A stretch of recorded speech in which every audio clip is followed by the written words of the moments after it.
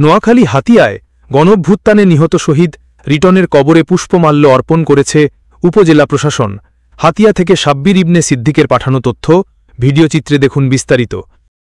মঙ্গলবার সকালে শহীদ লিটনের গ্রামের বাড়ি চরকিং ২২ গ্রামে পারিবারিক কবরস্থানে গিয়ে পুষ্পমাল্য অর্পণ করা হয়।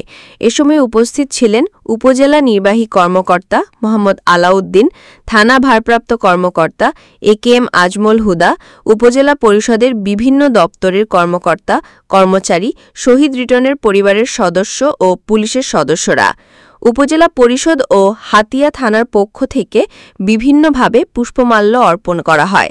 উপজেলা পরিষদের পক্ষে উপজেলা নির্বাহী কর্মকর্তা মোহাম্মদ আলাউদ্দিন অন্যান্য কর্মকর্তাদের নিয়ে শহীদের কবরে পুষ্পমাল্য অর্পণ করেন। এরপরই হাতিয়া থানার পক্ষে ভারপ্রাপ্ত কর্মকর্তা একেএম আজমল হুদা পুলিশ সদস্যদের নিয়ে পুষ্পমাল্য অর্পণ করেন। পরে সকলের উপস্থিতিতে ফাতেহা পাঠ ও দোয়ায় অংশগ্রহণ করেন সবাই। শহীদ রিটন ৫ আগস্ট ঢাকার যাত্রাবাড়িতে গুলিবিদ্ধ হন। পরে ঢাকা মেডিকেলে আহত অবস্থায় তার মৃত্যু হয়।